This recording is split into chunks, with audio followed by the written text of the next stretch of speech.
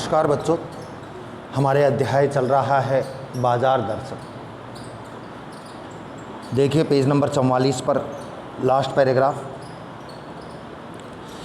यहाँ एक अंतर चिन्ह लेना बहुत ज़रूरी है। चिन्ह लेना, जान लेना, पहचान लेना, एक अंतर जान लेना बहुत ज़रूरी है।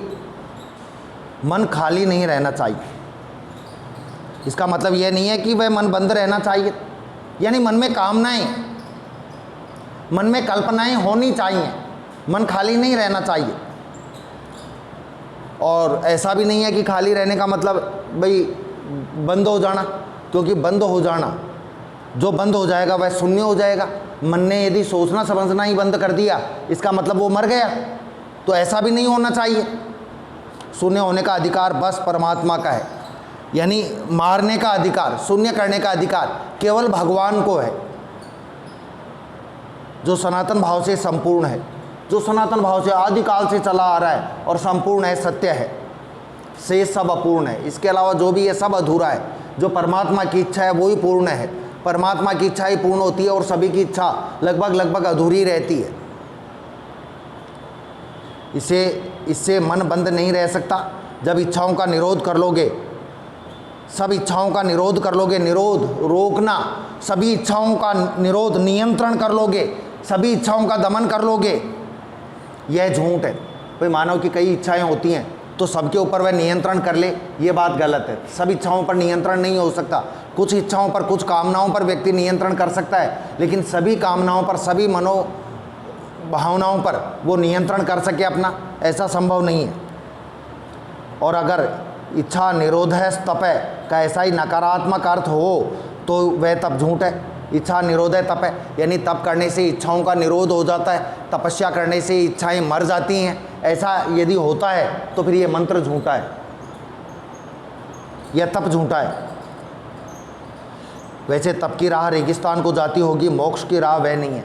तप की राह रेगिस्तान को जाती है, कहने का मतलब है जो तप करते हैं उनको तपना पड़ता है, और रेगिस्तान में भी ताप ही है, तो तप की राह रेगिस्तान को जाती है, लेकिन मोक्ष की राह वह नहीं है। तपस्या करना मोक्ष नहीं है। तपस्या अलग चीज़ है, मोक्ष अलग चीज़ है। ठाठ देखकर मन को बंद कर रखना जड़ता है। ठाठ बाट देख लिए दूसरों के, कि साहब पड़ोसी के पास कार है, 3 मंजिल का मकान है, हर कमरे में एसी लगा हुआ है, अटैच लाइट बात है, बच्चे भी उसके पढ़ लिख गए, काफ़ी सक्षम हो गए, तो पड़ोसियों को देखकर, ठाठ देखकर मन को बंद कर रखना जड़ता है। पड़ोसियों का ठाठ बाट देख लिया, रिश्तेदार का ऐशो आराम देख लिया, और फिर हम अपने मन को बंद रखें, हम अपने मन को नियंत्रण में करें, फिर वो नहीं रह सकता। फिर मन में कामना आती है, काश हमारी ज़िंदगी भी ऐसी ही होती। लोभ का यह जीतना नहीं है कि जहाँ लोभ होता है, यानी मन में जहाँ नकार हो, यह तो लोभ की ही जीत है। यानी नकारात्मक भाव, नकार नहीं होना चाहिए। कभी ऐसा भाव नहीं होना चाहिए कि ये काम मैं नहीं कर सकता। नकारात्मकता कभी नहीं होनी चाहिए मनुष्य में। यह लोभ की जीत और आदमी की हार। जहाँ आदमी है, जहाँ मानव है, वहाँ हार तो हो ही नहीं सकती। पराजित यदि हो तो मानव को पराजित ना होकर किसको पराजित होना चाहिए? लोभ लालच को पराजित होना चाहिए। आँख अपनी फोड़ डाली तब लोभनीय के दर्शन से बचे तो क्या हुआ? वे पड़ोसियों के पास सुख सुविधा ऐश्वर्य है, हम देखें रोजाना पड़ोसियों को देखते हैं और हमारा कालजा जलता है, जीव जलता है, तो अपन सोचें कि यार अपनी आँख ही फोड़ लो। आँख फोड़ लेंगे तो पड़ोसियों का सुख ऐश्वर्य संपत्ति ये नहीं दिखेगी। तो क्या हमारे आँख फोड़ने से पड़ोसियों की सुख सुविधा में कमी आ जाएगी? नहीं आ जाएगी। यानी उसका तो एक ही तरीका है कि हम अपने स्तर को थोड़ा ऊंचा उठाएं ताकि पड़ोसियों के समकक्ष आ सकें।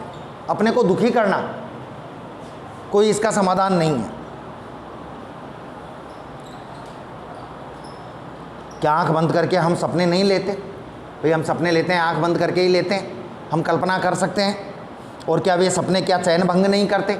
जो बंद आंखों से सपने आते हैं वो भी चैन भंग करते हैं, यानी मन को उथल पुथल करते हैं। इससे मन को बंद कर डालने की कोशिश तो अच्छी नहीं है। अपन सोच लें कि मन में कामनाएं ही खत्म हो जाएं, यह बात बिल्कुल भी अच्छी नहीं है। वह अकारत है, बेकार है। यह तो हट वाला योग है, शायद हट ही हट है। योग क्या है? हट वाला योग है। योग क्या है? हट ही हट है। ये तो इससे मन कृश भले हो जाए। पीला और अशक्त जैसे विद्वान का ज्ञान, वह मुक्त ऐसे नहीं होता, इससे वह व्यापक की जगह संकीर्ण और विराट की जगह क्षुद्र होता है। मन व्यापक की जगह बड़ा सोचने की जगह छोटा सोचता है, संकीर्ण होता है, और विराट की जगह विशाल की जगह क्षुद्र ओछा होता है, तुच्छ होता है। इसलिए उसका रोम रोम मूंद कर मन को बंद तो मन को नहीं करना चाहिए। मन को मारना तो नहीं चाहिए। वो एक अलग बात है कि मन की सभी इच्छाएं पूरी नहीं हो, लेकिन मन की सुननी चाहिए। वह मन पूर्ण कब से है? मन कभी पूर्ण नहीं होता, क्योंकि मन की एक इच्छा पूरी हो जाती है तब वो दूसरी इच्छा की सोचने लगता है, और दूसरी इच्छा पूरी हो जाती है तब अगली इच्छा की सोचने लगता है। मन कभी भी पूर्ण नहीं होता है। ऐसा नहीं है कि साहब मन सोचना बंद कर दे कि अब मेरी सभी इच्छाएं पूर्ण हो गई, अब मेरे को कुछ भी नहीं चाहिए। अंदर कैसे आ गई तुम? कौन से सर ने पूछ किया कि आ जाऊं क्या? मना करने पर भी तुम बातें करते हो, शर्म तो तुम लोगों को आती नहीं है। तो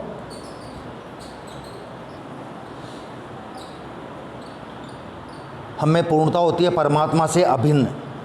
हम परमात्मा से अभिन्न हो, एक हो, अभिन्न, जो भिन्न ना हो, परमात्मा से एकाकार हो, भगवान की भक्ति करें। हम महाशून्य ही न होते, अपूर्ण हैं, इसी से हम हैं। मानव तो अपूर्ण ही होता है। मानव पूर्ण हो जाए तो फिर वो मानव कहलाएगा ही नहीं। क्या कहलाएगा? वो देवता कहलाएगा। इसी से हमें सच्चा ज्ञान सदा इस अपूर्णता के बोध को हम में गहरा करता है। सच्चा कर्म सदा ही इस अपूर्णता की स्वीकृति के साथ होता है। अतः उपाय कोई वही हो सकता है जो बलात् मन को रोकने को न कहे। यानी मन जो सोचे वो मन को सोचने देना चाहिए, करने देना चाहिए। मन को बलात् ज़बरदस्ती नहीं रोकना चाहिए, मन पर नियंत्रण नहीं करना चाहिए। जो मन को भी इसलिए सुने क्योंकि वह अप्रयोजनीय रूप से हमें नहीं प्राप्त हुआ है। मन की बात भी सुननी चाहिए। मन बिना उद्देश्य के कहीं कोई बात नहीं सोचता है। हाँ, मनमानेपन की छूट मन को न हो। जो इच्छा है जो ही मन करे। मनमानापन यदि व्यक्ति में होगा तो व्यक्ति निरंकुश हो जाएगा, अनियंत्रित हो जाएगा। मनमानापन नहीं होना चाहिए, क्योंकि वह अखिल का अंग है, संपूर्ण का अंग है, खुद कुल नहीं है, टोटल नहीं है। पड़ोस में एक महानुभाव रहते हैं, घटना आ रही है, इम्पोर्टेंट है घटना। लेखक कह रहे हैं कि हमारे पड़ोस में एक श्रीमान जी रहते हैं, महानुभाव एक महोदय रहते हैं। बहुत इम्पोर्टेंट घटना है, ध्यान रखना। एक छोटी सी कहानी है ये, जिनको लोग भगत जी कहते हैं। मेरे पड़ोस में लेखक कह रहे हैं कि एक आदमी रहते हैं, एक महानुभाव एक महोदय रहते हैं, जिनका क्या नाम है? भगत जी है। फिर कह रहा हूँ, बहुत इम्पोर्टेंट बात आ रही है। चूरन बेचते हैं। क्या काम करते हैं भगत जी? चूरन बेचते हैं। यह काम करते जाने उन्हें कितने बरस हो गए। ये चूरन बेचने का काम करते हुए उनको काफ़ी लंबा समय हो गया, बहुत बरस हो गए। लेकिन किसी एक भी दिन चूरन से उन्होंने 6 आने पैसे से ज़्यादा नहीं कमाई। वो चूरन बना कर ले जाते, चूरन बेचते। अब भगत जी की विशेषता देखो। अब जैसे चूरन 6 पैसे का बिक गया, पैसे हैं आने, 6 आने का चूरन बेच दिया। अब उनके पास थोड़ा चूरन बच गया, फिर उसको पैसे में नहीं बेचते थे, वैसे ही बांट देते थे। ये भी एक व्यापार का नया तरीका है। भाई भगत जी थे जो चूरन बेचते थे, पता नहीं कितने वर्षों से चूरन बेचते थे, लेकिन कितने से ज़्यादा आने का चूरन नहीं बेचते थे? 6 आने से ज़्यादा का चूरन नहीं बेचते थे। 6 आने का चूरन बिका, उनकी जेब में 6 आने आए, और फिर वो बचा हुआ चूरन वैसे ही बांट देते थे। चूरन उनका आसपास सरनाम है, आसपास के इलाके में उनका चूरन सरनाम प्रसिद्ध है, फेमस है, और खुद खूब लोकप्रिय हैं। खुद भी लोकप्रिय हैं। लोग उनको भगत जी कहते हैं, चूरन वाले भगत जी कहते हैं। यानी आसपास के लोग सब जानते हैं उनको। कहीं व्यवसाय का गुरु पकड़ लेते और उस राह पर चलते तो आज खुशहाल क्या माला माल होते।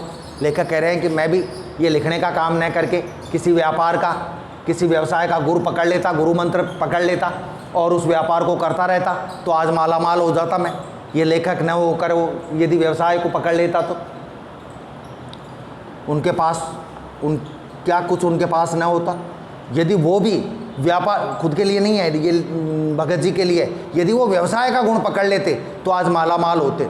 अरे भाई वो 6 आने का ही क्यों बेचते हैं? 6 आने के बाद मान लो उनके पास 6 आने का और बच गया तो क्यों फ्री में बांटते हैं? 6 आने का और बेचते। भाई व्यापार का तो सिद्धांत यही कहता है। और जब 12 आने का बिक जाए तो फिर 20 आने का, फिर 50 आने का, फिर 100 आने का बेचते, और फिर 100 आने का भी बिक जाए, खूब बिकने लगे, तो दूसरे शहरों में सप्लाई करते, व्यापार को बढ़ाते। लेकिन उन्होंने व्यापार के मंत्र को नहीं पकड़ा, व्यवसाय के मूल मंत्र को नहीं पकड़ा, सिद्धांतवादी बने रहे।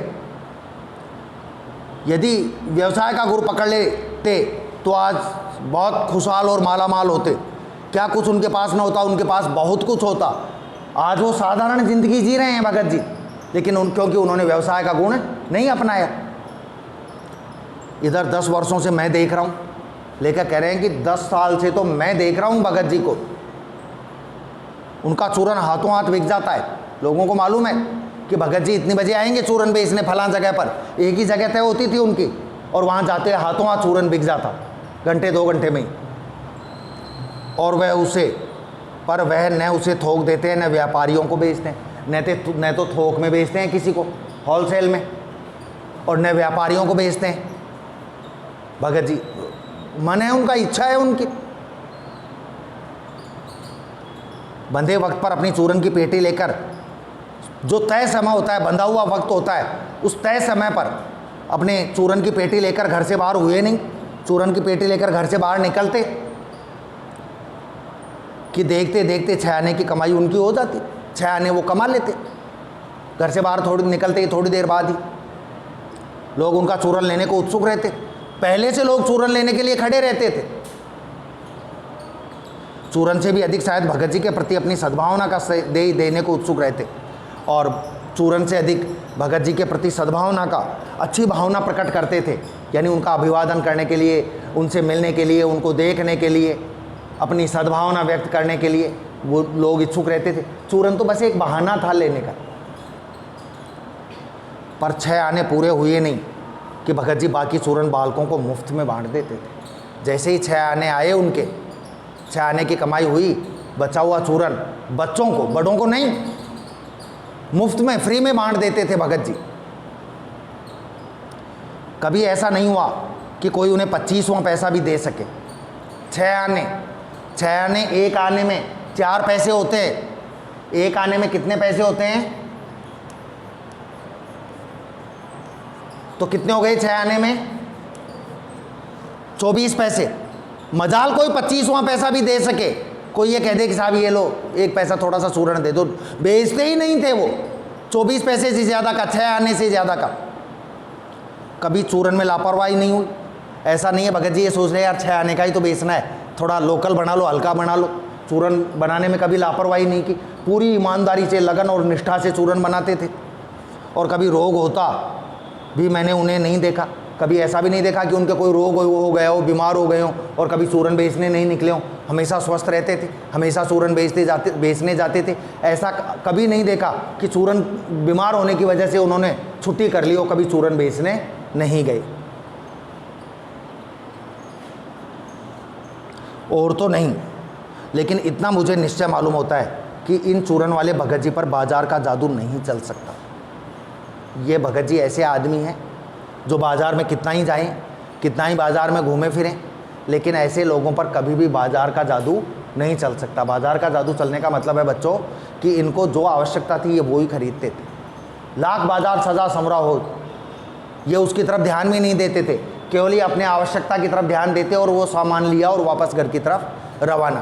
बाज़ार, चौक बाज़ार फैला का फैला रह जाता था, अपनी सुंदरता बिखेरे, लेकिन भगत जी निर्विकार भाव से बाजार में जाते और उनको जो चाहिए था, काला नमक और जीरा, वो खरीदते पंसारी की दुकान से और वापस अपने घर लौट आते थे। जबकि कभी उनके मन में ये भी आ सकता था कि यार 6 की जगह 10 आने का चूरन बेच दें, 4 आने का कुछ खरीद लाएं, लेकिन कभी उनके मन में आया ही नहीं।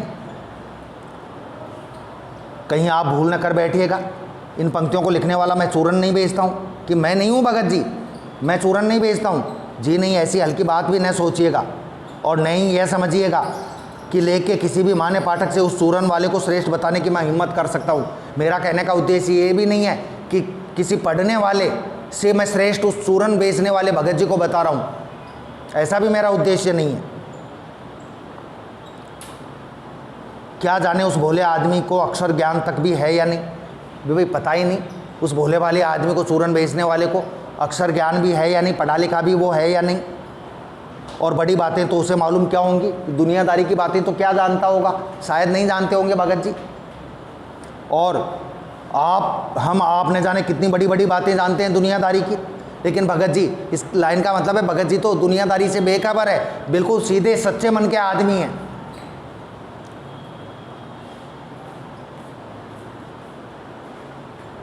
इसे यह तो हो सकता है कि चूरन वाला भगत जी हम लोगों के सामने एकदम नाचीज आदमी, नाचीज कुछ भी नहीं, साधारण इंसान हो। उस अपदार्थ प्राणी को, अपदार्थ उस सामान्य प्राणी को, तुच्छ प्राणी को वह प्राप्त है जो हमें से बहुत कम को शायद प्राप्त है। उनका सम्मान खूब है। उस साधारण व्यक्ति को वह प्राप्त है जो हमें से बहुत कम को प्राप्त होता है। क्या? सम्मान, जानकारी, पहचान, इज्जत, वो उनको खूब मिलती है। बस आज इतना ही। धन्यवाद।